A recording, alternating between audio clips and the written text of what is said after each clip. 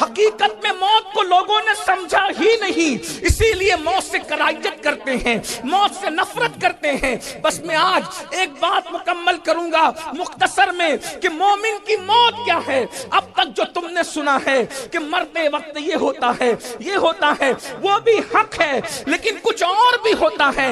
آئیے اگر مومن کی موت پتہ چل جائے تو مومن بن کر کے مر کے دیکھو، یہ کروڑوں زندگیاں اس موت پہ قربان ہے جسے موت مومن کی موت کہتے ہیں۔ یہ مومن کی موت کیا ہے؟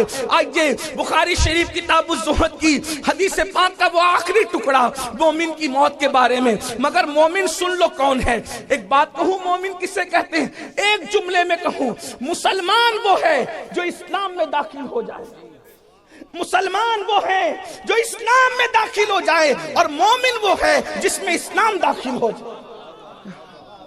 مسلمان وہ ہے جو اسلام میں داخل ہو جائے، اور مومن وہ ہے جس میں اسلام داخل ہو جائے۔ اس کو دیکھو تو اسلام نظر آئے، اٹھتا ہوا دیکھو تو اسلام نظر آئے، بیٹھتا ہوا دیکھو تو اسلام نظر آئے، چلتا ہوا دیکھو تو اسلام نظر آئے، مسکراتا ہوا دیکھو تو اسلام نظر آئے۔ اللہ اکبر! اگر ایک جملے میں بیان کر دوں کہ چلتا پھرتا اسلام اگر کس کو دیکھ کر کے نظر آتا تھا تو ایک جملے میں کہہ سکتا ہوں تمہارے پیر سید ساجد میاں کو تم نے دیکھا ہوگا، ان کو دیکھ کر کے تم کو چلتے پھرتے تصویر اسلام نظر آتی ہوگی۔ مومن وہ ہے جس میں اسلام داخل ہو جائے۔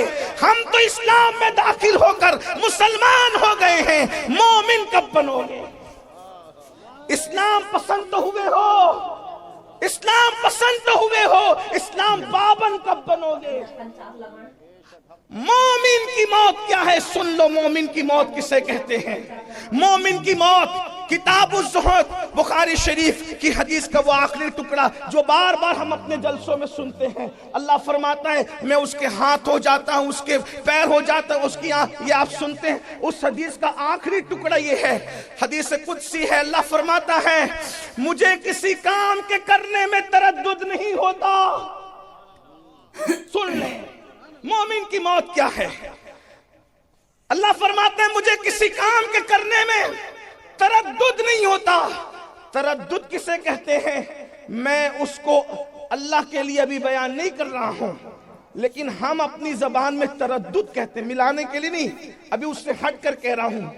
تردد کسے کہتے ہیں؟ آپ کہہ رہے تھے سردی بہت ہے، تردد ہو رہا ہے کہ جلسے میں جائیں یا نہ جائیں، سفر لمبا ہے، سفر لمبا ہے کہ چہلم شریف پہ شرکت کرے یا نہ کرے، محفل ٹھنڈی ہو گئی ہے، سلیم میاں کو تردد ہو رہا ہے امین القادری کو مائک دیں یا نہ دیں۔ یعنی کسی کام کے کرنے یا نہ کرنے کی کیفیت کو تردد کہتے ہیں۔ اس انسان فیصلہ نہ کر سکے، لیکن ہم اللہ کے لیے یہ نہیں کہتے، کیونکہ ہمارا پورا مسلک بھی ادب ہے اور پورا مذہب بھی ادب ہے۔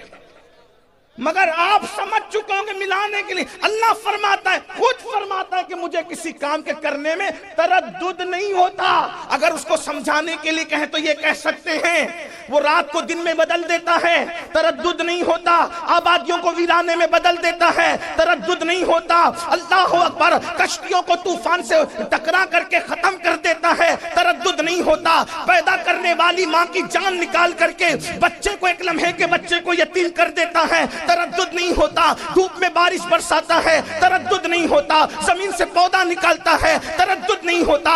شفق کا جمال، افق کی سرخی، ستاروں کی انجمن، چاند کی چاندنی، سورج کی روشنی، یہ سب دیتا رہتا ہے، چھینتا رہتا ہے، تردد نہیں ہوتا۔ مگر کیا فرماتا ہے؟ کسی کام کے کرنے میں تردد نہیں ہوتا، مگر جب میں ایک کام کرنے لگتا ہوں ترددی تو مجھے تردد ہونے لگتا ہے۔ اللہ کو کسی کام کے کرنے میں تردد نہیں ہوتا، لیکن جب فرماتا ہے ایک کام کرنے لگتا ہوں تو مجھے تردد ہوتا ہے۔ مولا وہ کام کیا ہے؟ تو فرمایا جب میں بندے مومن کی موت کا فیصلہ کرنے لگتا ہوں تو مجھے تردد ہوتا ہے کہ میں اس کی موت کا فیصلہ کروں، اور وہ پسند کرے نہ کرے، یہ مومن کی موت ہے۔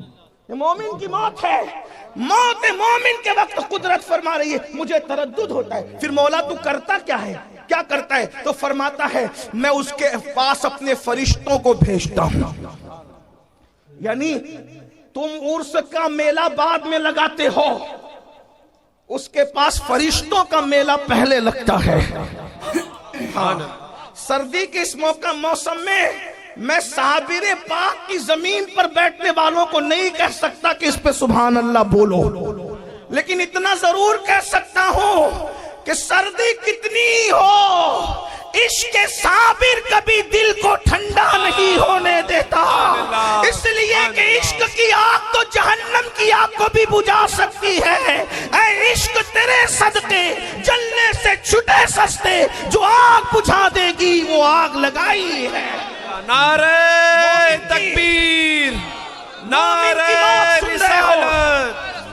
قل شریف کا وقت قریب ہے. مومن کی موت سن رہے ہو، سن لو بس مومن کی موت. اللہ اکبر. اللہ فرماتا ہے میں فرشتوں کو اس کے پاس بھیجتا ہوں.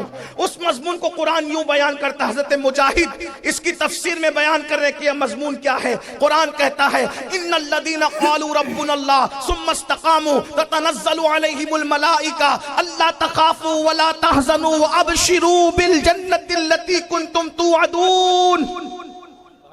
جن لوگوں نے کہا بے شک ہمارا رب اللہ ہے، ثم استقاموا، اور وہ دین پہ ڈٹ گئے، شریعت پر ڈٹ گئے. قبرستان میں چرس اور بھنگ پینے والے صوفی نہیں ہیں، دین پر ڈٹنے والے صوفی ہیں. شریعت کا مذاق اڑانے والے صوفی نہیں ہیں، شریعت پر ڈٹ جانے والے صوفی ہیں. ہوا میں اڑنے والے کو ولی ہر ایک کو نہیں کہا جا سکتا، مگر شریعت پر چلنے والے کو ولی قرآن کہتا نظر آ رہا ہے. ثم استقاموا، وقت ہوتا تو ثم استقاموا کی تفسیر بیان کی جاتی، اس کا وقت نہیں، لیکن سنیں ثم استقاموا، جو دین پہ ڈٹ گئے، خدا کو ایک مان کے دین پہ ڈٹ گئے. ابھی تو ہمیں یہ بھی نہیں پتا کہ خدا کے بارے میں عقیدہ کیا ہونا چاہیے، تو ڈٹیں گے کب اس عقیدے پر؟ یہاں تو حال یہ ہے کہ ابھی بھی یہ عقیدہ ہے کہ کالی بلی سامنے سے چلی جائے گی تو دن برا گزرے گا، الٹی آنکھی پھڑکے گی تو پتہ نہیں کیا ہوگا. نادانو، ہم وہ لوگ نہیں ہیں، ہم تو وہ لوگ ہیں خیر ہی و شر ہی من اللہ تعالی. ہر خیر اسی کی طرف سے ہے اور ہر شر اسی کی طرف سے، اور اس میں بھی کروڑوں حکمتیں ہیں. عقیدہ توحید، عقیدہ اسلام، عقیدہ رسالت پہ ڈٹ جاؤ، اس کی الگ تفسیر. تو قرآن کیا کہتا ہے؟ تتنزل علیہم الملائکہ. یہ عربی زبان کی خوبصورتی ہے. میں علماء کی معلومات میں کوئی اضافہ نہیں کر رہا ہوں، آپ کی دعا لینا چاہتا ہوں. عربی زبان کی خوبصورتی کہ ہر زبان میں واحد ہے اور جمع ہے اور قصہ ختم ہے. یہ عربی زبان کا حسن ہے، یہاں واحد ہے، تثنیہ ہے، جمع قلت ہے، جمع کثرت ہے نا. یہ عربی زبان کا حسن ہے. واحد جمع پہ قصہ ختم نہیں ہوتا. واحد ایک کو کہتے ہیں، تثنیہ دو کو کہتے ہیں، جمع قلت 3 سے شروع ہو کر 9 پر ختم ہو جاتی ہے، اور جمع کثرت 10 سے شروع ہو کر اس کی کوئی حد نہیں ہوتی. اب قرآن کیا کہہ رہا ہے؟ جو لوگ دین پر شریعت پہ ڈٹ جاتے ہیں، تتنزل علیہم الملائکہ، ان پر اللہ کے فرشتوں کی جماعت نازل ہوتی ہے. نہ واحد کا سیگا، نہ تثنیہ کا، نہ جمع قلت کا، جمع کثرت کے سیگے کے ساتھ کہا جا رہا ہے. 1 2 4 فرشتے نہیں آتے، بلکہ لاکھوں فرشتوں کی جماعت ان کے پاس آتی ہے اور ان کے پاس بیٹھتے ہیں، بات کرتے ہیں. کہتے کیا؟ اللہ تخافو، گھبرانا مت، ولا تحزنوا، خوف مت کھانا، غم مت کرنا، وَأَبْشِرُوا بِالْجَنَّةِ الَّتِي كُنْتُمْ تُوعَدُونَ. موت بعد میں آ رہی ہے، جنت کی خوشخبری پہلے سنائی جا رہی ہے. جنت کا مزدہ سنایا جا رہا ہے، فرشتے بتاتے ہیں یہ نعمت ہے، یہ نعمت ہے، یہ نعمت ہے، یہ نعمت ہے، جنت کی یہ نعمت ہے، یہ نعمت ہے، یہ نعمت ہے۔ تو وہ بندہ مومن اللہ والا کہتا ہے فرشتوں یہ دیدار وہاں ہوگا، یاروں سے ملاقات ہوگی، پیاروں سے ملاقات ہوگی، رسول سے ملاقات ہوگی، جو بھی فرشتے بتاتے ہیں۔ تو وہ مومن بندے کا کیا کہتا ہے، فرشتوں یہ ملے گا کب؟ تو فرشتے کہتے ہیں جب تک مرو گے نہیں، روح نہیں نکلے گی جسم کے پنجرے سے، تب تک کہ یہ نعمتیں نصیب نہیں ہونا۔ تو وہ اللہ والا خود کہتا ہے فرشتوں پھر دیر کس بات کی ہے، ذرا جلدی کرو نا، ہم بھی دنیا سے جانے کے لیے تیار ہیں۔ ادھر مومن مرنے کے لیے تیار ہوتا ہے، ادھر قدرت اس کی موت کا فیصلہ کرتی ہے۔ اور جب مومن دنیا سے جاتا ہے تو حدیث پاک میں آتا ہے فرشتے لاکھوں کی حسب مراتب، کسی کے میت کے لیے 500 آتے ہیں، کسی میں ہزاروں آتے ہیں، کسی میں 70,000 آتے ہیں، کسی میں لاکھوں آتے ہیں، کسی میں تا حد نگاہ آتے ہیں، اور 2 جنت کے کفن لے کر آتے ہیں، اور جنت کے کفن لا کر اور پھر مشک سے زیادہ قیمتی خوشبو جنت کی لے کر آتے ہیں۔ حدیث پاک میں آتا ہے اس خوشبو وہ زمین سے اٹھتی ہے، آسمان کے فرشتے محسوس کرتے کہتے ہیں آج زمین سے کیسی خوشبو اٹھ رہی ہے۔ تو کہا جاتا ہے کسی مومن کی روح کے لیے یہ جنت کی خوشبو لائی گئی ہے۔ 2 جنتی کفن لاتے ہیں اور بتائیں حضرت ملک الموت روح بعد میں نکالتے، پہلے اس کو خوشخبری دیتے ہیں اے نفس مطمئنہ یا ایتها النفس المطمئنہ ارجعی الی ربک راضیۃ مردیہ فادخلی فی عبادی وادخلی جنتی۔ اس کو بشارت دیتے، اسی پہ بس نہیں، علامہ سیوطی لکھتے ہیں کہ اللہ اکبر، فرشتے کہتے تجھے اللہ نے سلام کہا ہے، اور جب اس کی روح نکلتی ہے آقا فرماتے ہیں آٹے سے جیسے بال نکلتا ہے اسی طرح مومن کی روح نکلتی ہے، یا بھرے ہوئے مشکیزے سے جیسے پانی ٹپکتا ہے ویسے مومن کی روح نکلتی ہے۔ اور تیسری تمثیل فرمائی دودھ پیتا ہوا بچہ جیسے دودھ پیتے پیتے سو جاتا ہے، ماں کا پستان منہ سے چھوٹ جاتا ہے، بچے کو خبر نہیں ہوتی، ایسے مومن کی روح نکلتی ہے، اس کو پتہ بھی نہیں چلتا۔ کیوں؟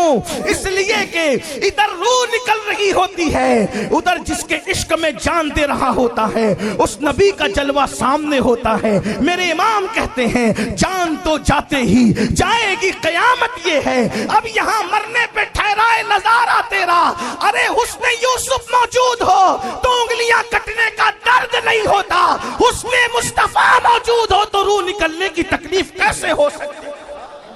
اس شان سے مومن دنیا سے جاتا ہے، اور جب وہ دنیا سے جاتا ہے اللہ اکبر، فرشتے اس کی روح کو اس کفن میں لپیٹتے ہیں اور خوشبو میں بساتے ہیں، اور اس جب پہلے آسمان پہ جاتے ہیں تو کہتے ہیں کون ہے؟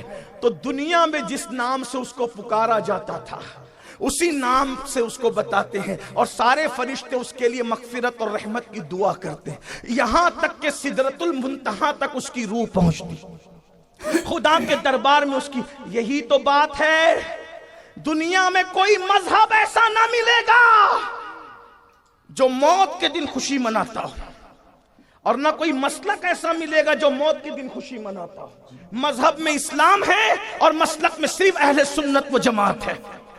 سب تو مرن دن کو غم کا دن مناتے، یہ سنی ہی ہے جو موت کے دن کو عرس کا دن قرار دیتے ہیں۔ وجہ کس کا مر کے کہاں گیا یہ وہ جانے، جو ہمارے ہوتے ہیں وہ خدا کا وصال پانے کا شرف حاصل کرتے ہیں۔ اسی لیے تو ہم کہتے ہیں، بڑے مزے میں کہتے ہیں، سنیوں اگر نبی سے وفا کی ہے اور سچے مومن بنے ہو تو جتنی خوشی مدینے جانے میں ہے اس سے زیادہ خوشی مر جانے میں ہے، کیونکہ مدینے جاؤ تو گنبد نظر آتا ہے اور مر جاؤ تو گنبد والا نظر آتا ہے۔ یقین تو پیدا کرو۔ اور پھر میرے آقا علیہ الصلوۃ و تسلیم فرماتے ہیں جب مومن کو اس کی قبر میں رکھا جاتا ہے تو فرشتے آتے ہیں۔ حضرت ام المومنین سیدہ عائشہ صدیقہ نے کہا یا رسول اللہ، فرشتوں کی شکل جو آپ نے بتائی اب مجھے ڈر لگتا ہے۔ کیا شکل ہے فرشتوں کی؟ دیگوں کی طرح آنکھیں، شعلے اگلتی ہوئی، ان کے دانت بیل کے سینگ کی طرح، ان کے سر کے بالوں سے لے کے پیر کے ناخن تک بال ہی بال، ان کے ناخن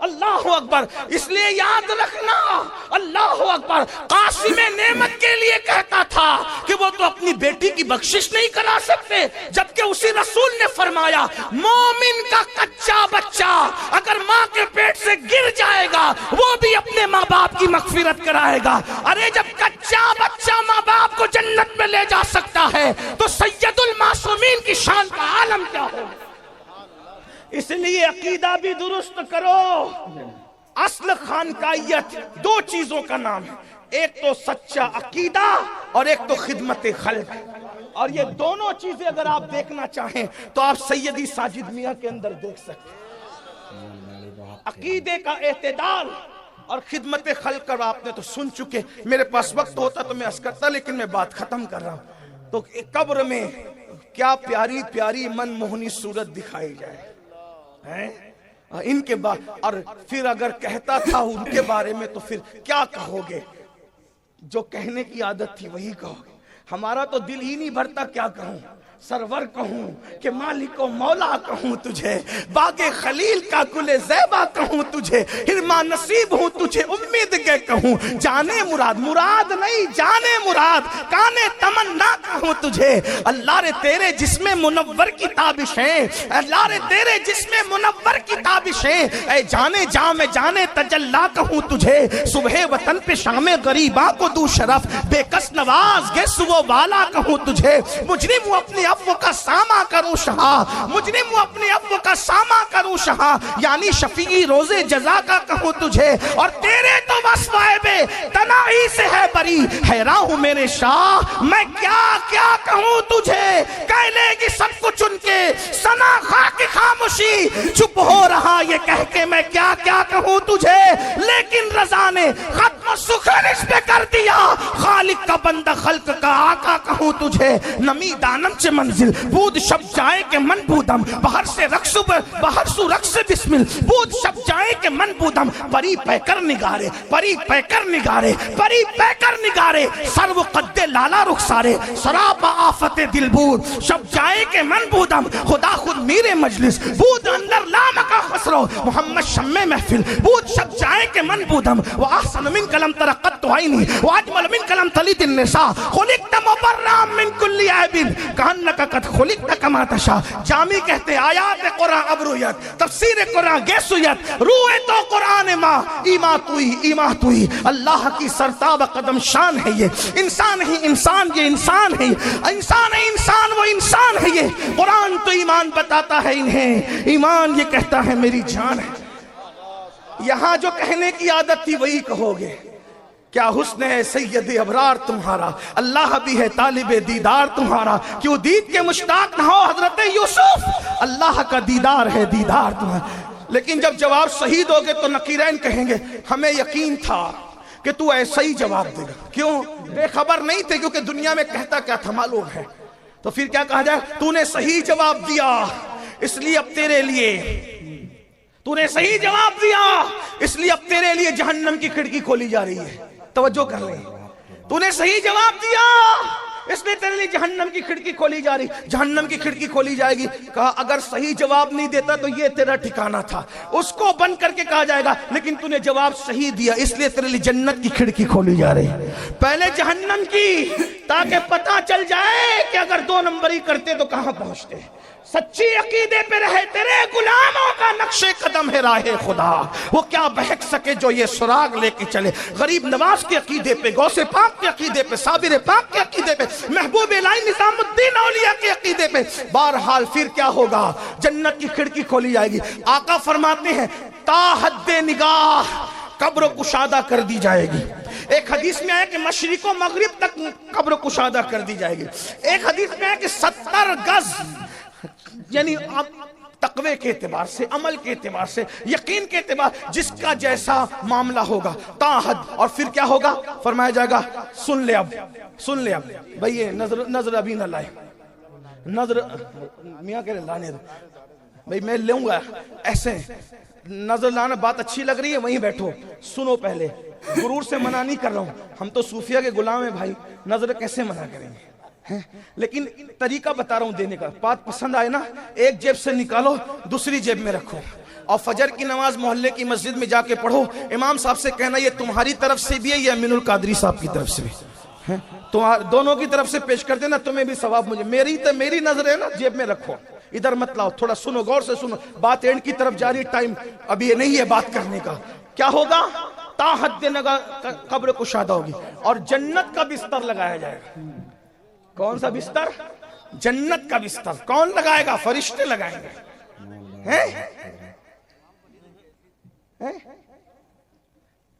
میں نے کہا جہاں جہاں لوگوں نے دیا, اور اگر وہ نہیں دیں گے جیب میں رکھ کے تو وہ میری امانت ہے, دیں گے وہ. میری قوم پر مجھے اعتماد ہے. میاں میرے بھائی سلیم میاں, میرے بڑے بھائی, وہ کہہ رہے ہیں میں کل کو دوں گا, تو وہ دیں گے انشاءاللہ. اور سید تو ہوتا ہی دینے والا ہے بھائی.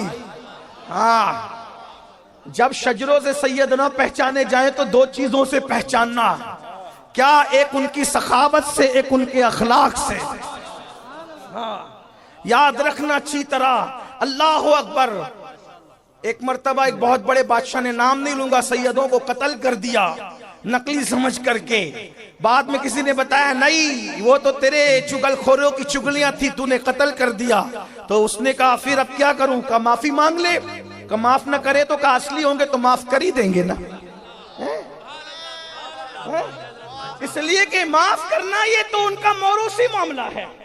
ہاں, نہیں دیکھتے امام حسن نے کیسے کیسوں کو معاف کیا, امام حسین نے کیسے کیسوں کو معاف کیا. اللہ اکبر. معاف کرنا ان کا اپنا کام ہے. ان کے نانا نے نہیں کہا تھا جان کے دشمنوں سے لا تثریب علیکم اليوم, بلکہ کیسا سخی ہوتا ہے سید بتاؤں؟ سیدوں کا باپ سید السادات, امام المشارق والمغارب, حلال مشکلات والنوائب, اخی رسول وزوج البتول, امام علی ابن ابو طالب. این جنگ کی حالت میں ایک یہودی پہ تلوار اٹھائی, اس نے ہاتھ پھیلا کے کہا علی بھیک میں تلوار دے دو. اٹھائی ہوئی تلوار دے دی. کوئی جنگ میں تلوار دیتا ہے؟ اس نے کہا, میں نہیں کہہ رہا ہوں, اس نے کہا, اس کی بات نقل کر رہا ہوں. اس نے کہا علی معاذ اللہ, یا تو حد درجہ نادان ہے, کوئی دشمن کو بھی تلوار بھیک میں دیتا ہے, یا تو بہت بڑا بہادر ہے. دوسری بات صحیح تھی.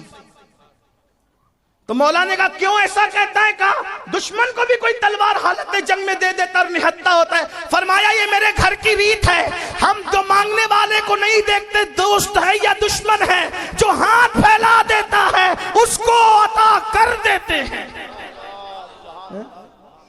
جس دروازے سے یزید بھی محروم نہ گیا, ہم کہاں محروم جائیں گے؟ یزید نے ہاتھ مانگا تھا, امام نے ہاتھ نہیں دیا چونکہ وہ غیرت تھی, لیکن سر دے دیا, یہ سخاوت تھی. ہاں, دیا تو اس کو بھی. جہاں سے یزید محروم نہ جائے, ہم لوگ کہاں محروم جانے. آؤ در زہرا پر پھیلائے ہوئے دامن, نسل کریموں کی لجپال گھرانہ ہے. بات دور نکل گئی, کیا عرض کر رہا تھا سن لیں. جنت کا بستر بچھایا جائے گا, اور جنت کا بستر بچھا کر کہا جائے گا نم کا نومت العروس, ایسے سو جا جیسے پہلی رات کی دلہن سوتی ہے. اب میری زبان حیا اس کا مکمل تبصرہ نہیں کر سکتی بزرگوں کی موجودگی میں کہ پہلی رات کی دلہن کیسے سوتی ہے, لیکن اتنا اشارہ کر کے ختم کر دوں گا بات کو کہ پہلی رات کی دلہن کو سجایا جاتا ہے, سنوارا جاتا ہے. آپ کو رات کو کیوں سنوارتے ہیں دلہن کو؟ سونے والا بھی کوئی سنورتا ہے؟ جس کو سونا ہے اس کی زلفیں تو بکھرنا ہے, جس کو سونا ہے اس کے کپڑوں کی استری تو ختم ہونی ہے, جس نے سونا ہے اس کی خوشبو نے توڑ جانا ہے. پھر رات کو دلہن کو کیوں سنوارتے ہیں؟ یہ دلہنیں بھی اچھی طرح جانتی ہے, آپ بھی اچھی طرح جانتے ہیں. تو مرنے والے کو کیوں سنوارتے ہیں؟ اس نے تو مٹی میں مل جانا ہے. سفید جوڑا, خوشبو, عطر, اتنا. ارے لوگ پتہ نہیں کس کو سادگی کہتے ہیں. لوگ سمجھتے ہیں کہ میلے کچیلے کپڑے پہننے کا نام سادگی ہے. میں نے کہا جو اپنے کپڑے صاف نہیں رکھ سکتے وہ اپنے دل کیا صاف رکھے. ہاں, میلے کچیلے کپڑے پہننے کا نام سادگی نہیں ہے, یا ہلکے پھلکے کپڑے پہننے کا نام سادگی. ہم لوگ قادری لوگ ہیں, ہمارا قادری تصوف ہے. لیکن چشتی اس اعتبار سے کہ ہم ہندوستانی ہیں، ہم قادری ہو کر کے کہتے ہیں کہ جو ہندوستان میں پیدا ہو پہلے وہ چشتی ہے، بعد میں سب کچھ ہے، کیونکہ قادریت بھی ملی ہمیں چشتیت کی وجہ سے۔